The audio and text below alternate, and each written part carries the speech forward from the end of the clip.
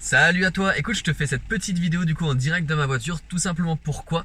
Car j'ai eu un petit moment d'inspiration on va dire pour te partager quelque chose qui me semblait super important. Je t'explique un petit peu mon raisonnement, j'étais donc en train de conduire et je me suis dit tout comme moi qui ai eu un accident de parapente, il y a beaucoup de personnes qui ont une invalidité, un handicap via un accident de voiture ou un accident de moto. Et pour ma part en fait je vais vraiment te partager un moment de ma vie qui a été assez difficile, surprenant, je sais pas trop comment on peut le dire, mais après mon accident de parapente, pendant 2 ans, dès que je voyais un parapente dans les airs, j'avais les jambes complètement coupées. C'était impossible pour moi de reprendre entre guillemets le dessus émotionnellement. J'étais on va dire un peu comme tétanisé, je ne bougeais plus.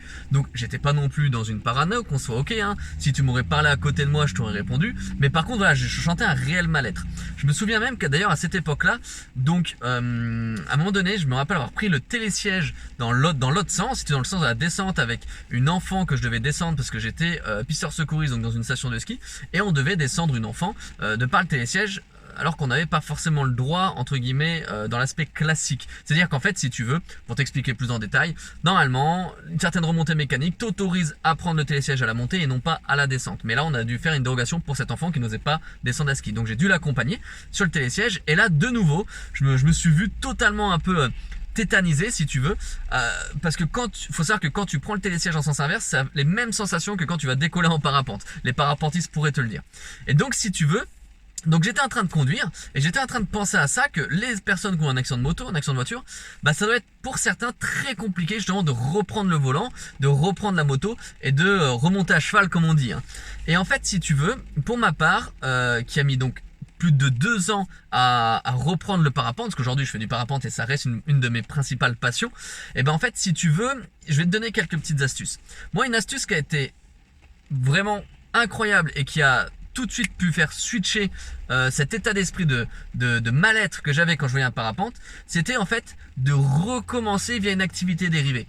C'est-à-dire que pour beaucoup de personnes qui connaissent le monde du speed riding, ils vont dire que c'est beaucoup plus dangereux que le parapente. Et en soi, ils n'ont pas tout à fait tort. Mais en fait, le fait d'alterner le speed riding, c'est que tu as une petite voile au-dessus de la tête où tu peux alterner les échanges de surface, air, sol, où tu es en tout cas dans un premier temps forcément plus en contact au sol que dans les airs.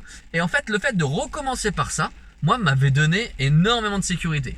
Et dès que j'ai fait mes premiers petits sauts en speed riding, bah en fait, ça y est, c'était comme si j'étais entre guillemets sevré. Je pouvais reprendre le parapente très facilement parce que j'avais déjà créé une approche via le speed riding. Et en fait, finalement, bah pour la moto, pour la voiture, ça peut être un peu pareil. Si tu as vraiment peur maintenant de reprendre la voiture, de reprendre le volant, des fois, de temps en temps, assis-toi au volant de la voiture, même si tu es à l'arrêt, et tu y vas tranquillement. Tu fais juste un petit tour de parking. Tu vois, tu essayes de recommencer étape par étape. Et tu verras que si tu veux, tu vas avoir des déclics qui vont se passer dans ta tête, qui vont faire que bah ça va te ressembler normal de reprendre le volant, de reprendre la moto. Ça peut être aussi de t'intéresser plus au domaine de la voiture, de lire un magazine, etc.